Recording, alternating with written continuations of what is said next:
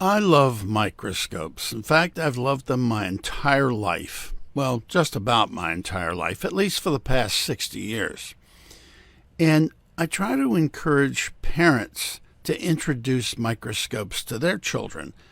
But the microscope I preferred over the last 20 or 30 years is the low-power stereo microscope because it's much easier to use than a compound microscope. Compound microscopes affordable to parents can be very frustrating because they lack a mechanical stage, they lack fine focus control in general, and they just don't have the optics. One of the things that has changed recently, however, is that we're able to attach a smartphone to a microscope, and that makes things a little bit easier. So I've decided to look and see if I can find a low-cost microscope that might be useful to young children.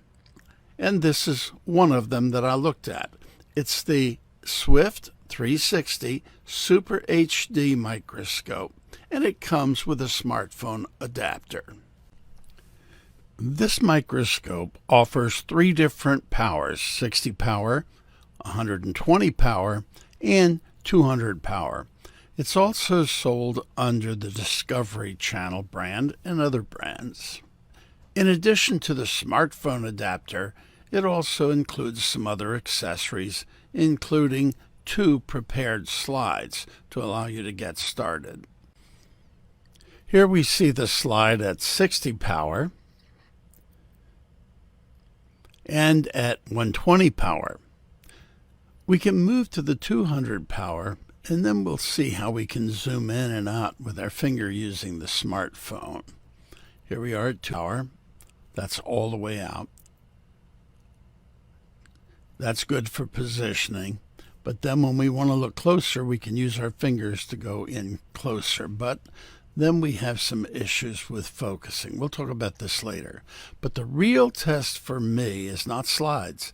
It's live specimens. And here we have live specimens, which are protozoa and some stentor culture.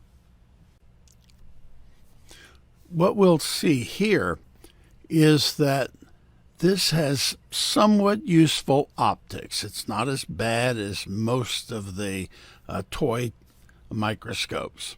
However, it can be very difficult to focus, and slide positioning is also very difficult. When you're trying to chase down protozoa that are moving, things can get very tough.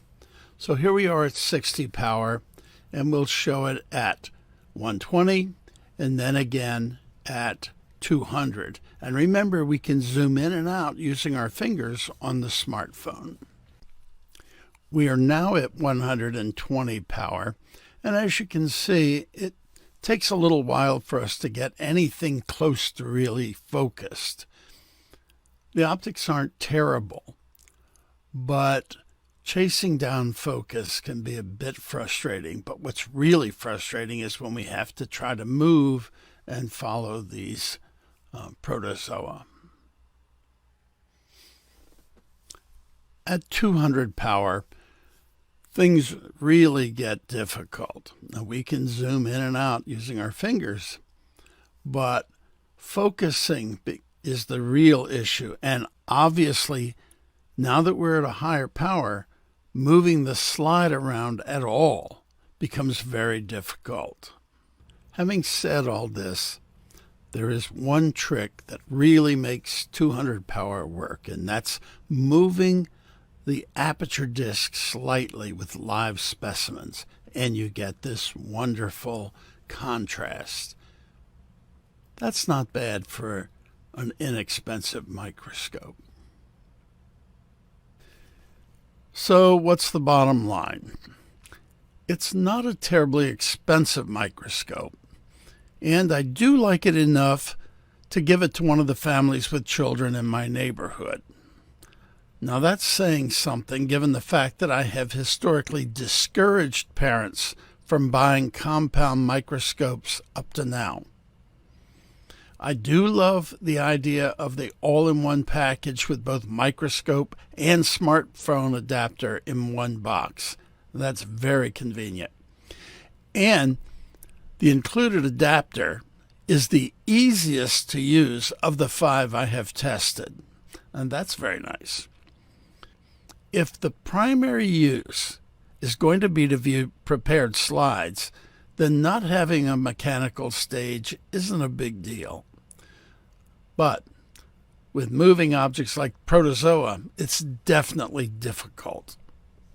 The very stiff focus is my least favorite aspect of using this microscope. But even this can be improved with a little help from a 3D printed part, and I'll upload the file to Thingiverse. It's not true fine focus, but it does help. Before making a final purchasing decision, it might be helpful to check out the Amazon Basics microscope. I'll include a link to it in my written review.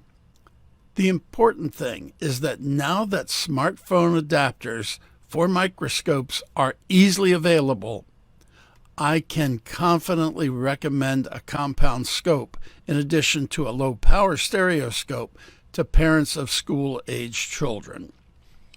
I hope this review has been helpful to you, because I don't want children to be frustrated by a tool that should bring so much pleasure for their entire life.